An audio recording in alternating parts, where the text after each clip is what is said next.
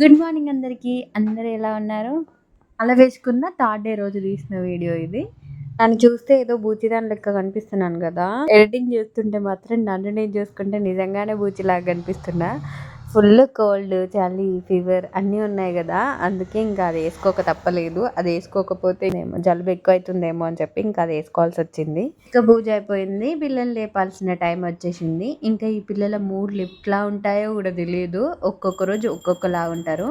ఇంకా ఈ రోజైతే మా చిన్నోని మూడైతే అస్సలు బాలేదు. అలగడం మీదనే ఉన్నాడు. ఎందుకు అలుగుతున్నాడో కూడా నాకు తెలియదు అసలు. కారణం ఏమీ చెప్పట్లే.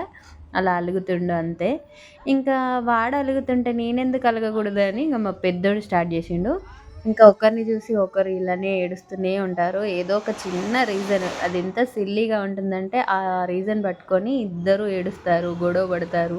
ఇంకా లేవడమే ఏడవడంతో స్టార్ట్ చేసిర్రు కదా! ఇంకా ఇలానే ఉంటుంది వాళ్ళ మూడు. ఇంకా వాళ్ళను కూల్ చేయడానికి ఇంకేదేదో చేయాల్సి వస్తుంది.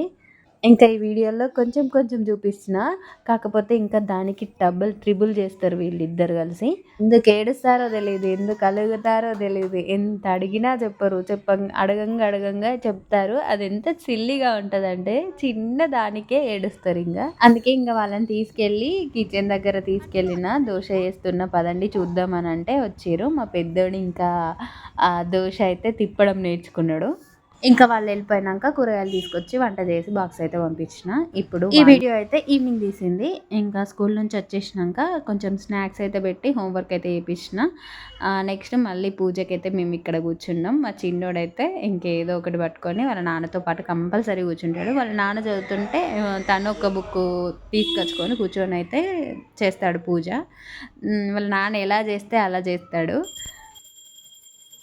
ఇక డిన్నర్ అయితే అయిపోయింది.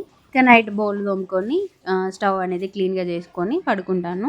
ఇవి నైటే క్లీన్ చేసి పెట్టుకుంటే మార్నింగ్ రొటీన్ అనేది తొందరగా స్టార్ట్ చేసుకోవచ్చు. ఈ వీడియో కనుక మీకు నచ్చినట్టయితే లైక్ చేయండి, కామెంట్ చేయండి, సబ్స్క్రైబ్ చేయడం మర్చిపోకండి. నెక్స్ట్ వీడియోలో మళ్ళీ కలుద్దాం. అంతవరకు బాయ్ బాయ్. ఆ ఛానల్లోకి కొంచెం తొంగి చూడొచ్చు కదా.